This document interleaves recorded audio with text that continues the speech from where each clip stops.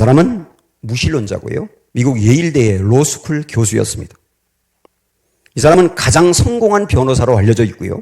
기네스북에도 이름이 올라가 있어요. 왜 기네스북에 이름이 올라가 있느냐면 이 사람이 살인사건과 관련하여 배심원단이나 항소심의 살인 판결에서 연속으로 245번 승리를 했어요.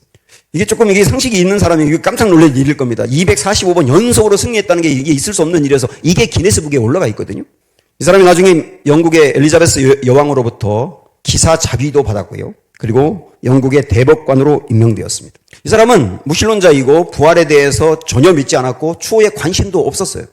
이 사람은 법을 다루는 사람이기 때문에 증명이 되어야 되고 이성적으로 납득이 되어야만 믿는 사람이기 때문입니다. 부활은 그럴 수 있는 게 아니지 않습니까? 어느 날 어떤 사람이 이 사람을 찾아가가지고 당신 부활에 대해서 어떻게 생각합니까? 이렇게 물어보니까 난 그런 거 전혀 관심이 없어요. 그렇게 말했답니다. 그러니까 이 사람이 뭐라고 말하냐면 당신이 유능한 변호사로서 예수님의 부활이 실제인지 거짓인지 다양한 문서와 기록 그리고 사람들의 주장 당신의 상식적 판단 등을 다 고려해서 법적 능력을 활용하여 예수의 부활이 사실인지 거짓인지를 한번 연구할 수 없겠습니까? 이렇게 얘기합니다. 이 사람이 그때 흥미를 느껴가지고 그래요.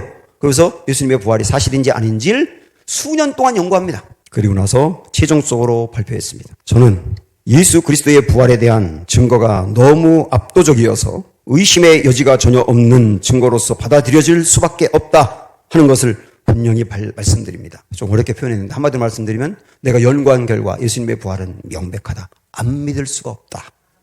이게 이 사람의 말이에요. 라이오넬 루크라고 하는 변호사 이야기입니다. 물론 예수님을 믿는 거나 부활을 확신하는 것은 이성적으로 이해가 되어야만 믿는 건 아니에요. 아까도 말씀드린 것처럼 100% 완벽하게 증명할 수 있는 것도 아니고요. 제가 지금 드린 말씀에도 일정 부분 허술한 부분도 있으리라고 생각을 합니다.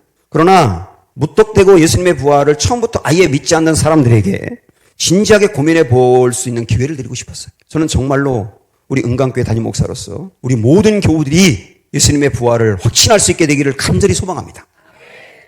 예수님의 부활하신 것이 사실이면, 예수님의 부활이 사실이면 예수님이 하나님인 게 사실이에요. 우리는 그 예수님을 믿어야 되는 거예요. 예수님의 부활이 사실이면 예수님이 하신 이 말씀들도 사실이 됩니다. 어떤 말씀이냐?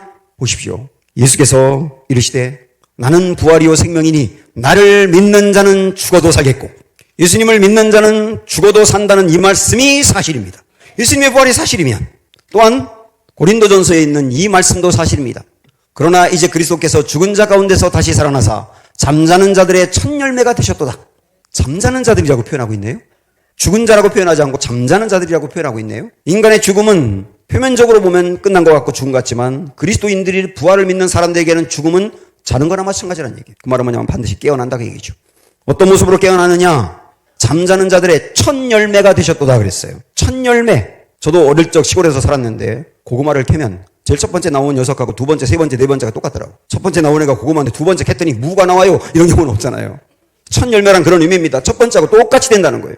예수님은 십자가에 돌아가시는 과정에서 너무 많은 매를 맞았고요.